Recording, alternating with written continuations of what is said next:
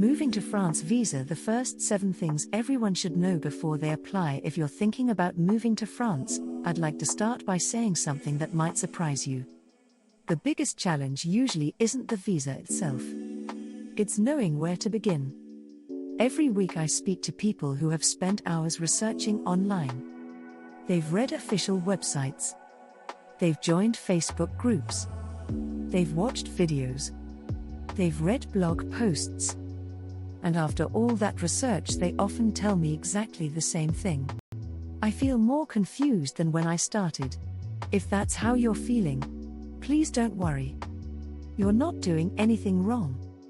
There's simply an enormous amount of information available, and not all of it applies to your situation. My name is Isabella, and through Moving to France services I've helped hundreds of people understand the French visa process. One thing I've learned is that people don't usually need more information. They need the right information. In today's video, I'm not going to explain every visa. I'm not going to go through every document. And I'm not going to read government guidance to you. Instead, I want to share the 7 things I believe everyone should understand before they even think about completing an application. Because once you understand these 7 ideas, the whole process starts to feel much less overwhelming. Let's begin with something that catches a lot of people out. 1. Their ISNT. A French visa. One of the first emails I receive often begins like this. Can you tell me which French visa I need? It's a perfectly reasonable question. But before anyone can answer it, they need to know a little about you. Here's why. There isn't one French visa. There are different visa categories for different circumstances. Think about booking a holiday. If you phoned a travel agent and simply said, "I'd like a plane ticket," the first thing they'd ask would be, "Where are you traveling to?" Because without knowing your destination, they can't recommend the right ticket. French visas work in exactly the same way. Why are you moving? Are you retiring? Working? Joining family? Running a business? Studying? Those answers help determine which route might be right for you. So before you spend hours researching visas, spend a little time understanding your own plans. It will make everything that follows much clearer. Now, once people realize there isn't one visa for everyone, they often make another very common mistake. 2. Stop comparing yourself to other people. Facebook groups are wonderful. Reddit can be incredibly helpful. People are generous with their time and often genuinely want to help others. But there's something important to remember. Everyone is describing their journey, not yours. Imagine 2 families who both say, "We're moving to France next year." That sounds identical. But one family may be retiring. The other may be relocating because of work. One may already own a property. The other may still be deciding where to live. Their advice can be completely different because their lives are completely different. That doesn't make either person wrong. It simply means their experience belongs to them. So by all means, learn from other people's stories. They can be incredibly reassuring. But don't assume that because something happened for someone else, the same thing will happen for you. Your circumstances matter. And that's why personalized guidance is so valuable. Once you stop comparing yourself to everyone else, the next step becomes much easier. 3. Understand your circumstances before your paperwork. One thing I see all the time is people downloading forms before they've really understood what they're applying for. It's completely understandable. When we're excited about something, we want to feel like we're making progress. So we start collecting documents, reading checklists, making folders. But imagine trying to complete a jigsaw puzzle without ever looking at the picture on the box. You'd eventually get there, but it would take much longer. Before you worry about paperwork, ask yourself some simple questions. Why am I moving? When do I want to move? Will I be working? Who's moving with me? What do I want life in France to look like? Those answers create the picture on the box. Only then does the paperwork start to make sense. Now let's talk about something that can save you a huge amount of confusion. Where you're getting your information from. 4. Use the right sources of information. One question I'm asked quite often is, where should I get my information from? It's a great question because there's so much available today. You have official government websites, Facebook groups, YouTube channels, forums, blogs, friends who moved to France. Everyone has something to say. The trick isn't finding information. It's understanding what each source is best for. Official websites are where you should go to understand the current process and requirements. Community groups are wonderful for hearing about other people's experiences and reminding you that you're not going through this alone. Videos like this one can help explain the process in plain English and hopefully make it feel less intimidating. Each source has its place. The mistake people make is treating every source the same. For example, someone in a Facebook group might say, "I didn't need that document." That may well be true, but it doesn't automatically mean you won't. Or perhaps you watch a video that's several years old.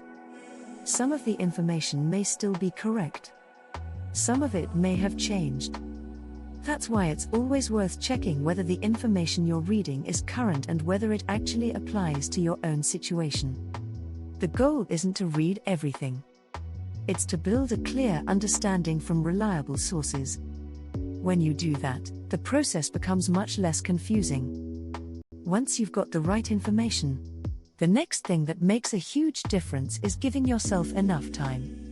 Don't leave everything until the last minute. One of the biggest advantages you can give yourself is time. Not because every application takes months, but because time gives you options. I completely understand why people leave things later than they'd planned. Life gets busy. Work gets in the way. Family commitments take priority. Before you know it, the date you were aiming for suddenly feels much closer than you expected. When that happens, even small delays can feel like major problems. If a document takes longer to arrive, if you need clarification on something, if an appointment isn't available when you hoped, everything becomes more stressful. Starting earlier doesn't mean rushing. In fact, it's the opposite. It allows you to move through the process calmly, to ask questions, to gather what you need without feeling under pressure. I found that the people who enjoy the smoothest journey aren't usually the ones who move the fastest. They're the ones who prepare well.